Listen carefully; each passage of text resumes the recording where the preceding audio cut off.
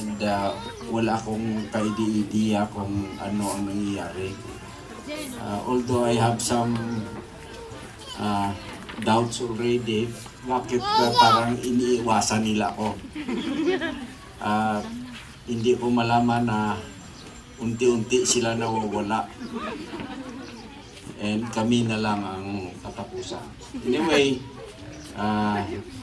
I know mayroong fellowship kasi nasabi sa akin na fellowship, just a gathering.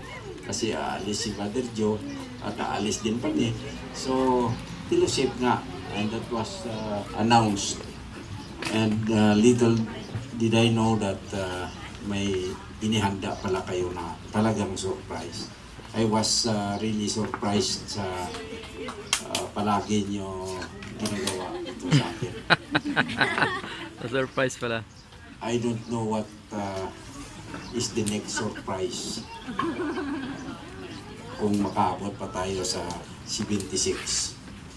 But sa mga prayers nyo at mga wishes and nasabi nyo na sana hahabaan pa ang buhay ko. Huwag masyadong mahaba. Kasi I would like also to limit ang kung maaari na ang buhay dito sa lupa ay gusto natin makaabot na doon sa the other side. Amen. So that is our goal at ang ating hope na at alam natin na totoo dahil nakasulat sa Bible. So, I know na mga little children natin at ang mga families natin dito, alam nyo na ang inyong hope na someday ay doon tayo magkikita-kita lahat. And that is Amen. one thing sure. But for those that may doubt pa, it is important na tayo po ay makasiguro. And everybody has to already ask seriously kung nakasiguro na kayo kung saan kayo pupunta. At kung alam nyo na sa langit kayo pupunta, dapat may basihan kayo. At sino nagsabi na andun kayo pupunta? Sino ang nagsabi? Baka sabi-sabi rin yun. So, there has to be some costs sa latest natin na preaching. And you have to count the cost. And counting the cost, it is not the material things for money. It's not about money. But, of course, we have to reckon that ang ating kaligtasan, ang ticket natin papuntang heaven was already paid for by our Savior. Amen.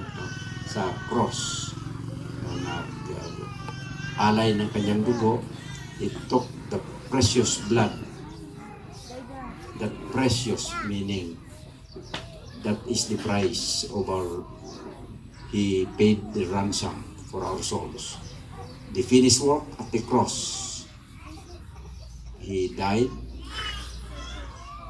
He bled to die and was buried, and on the third day resurrected again. And that is the finished work of Christ.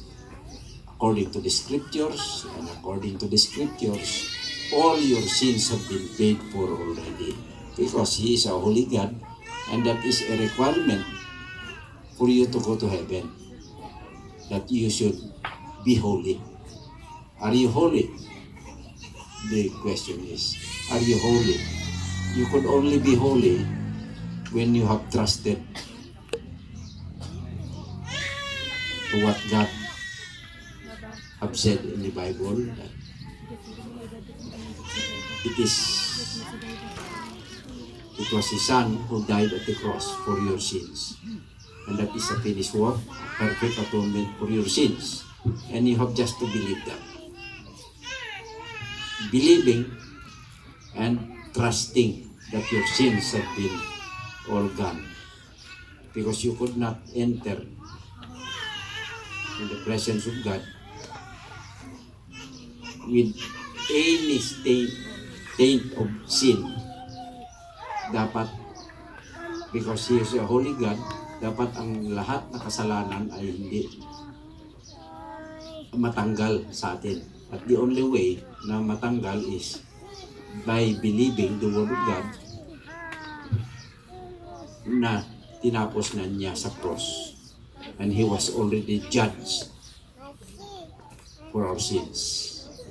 And because of that, ang kanyang righteousness ay na-impute sa atin at ang righteousness natin ay napalitan na.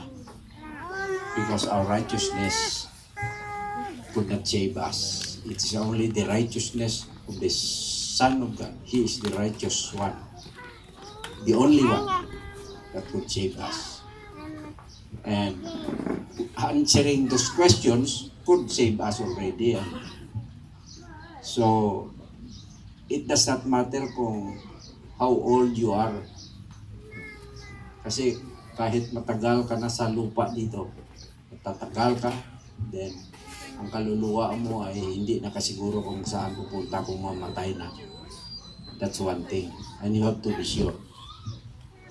And this church or churches here, yan ang pinangaral. And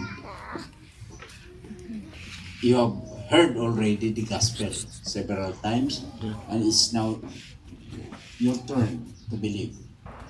At nagawa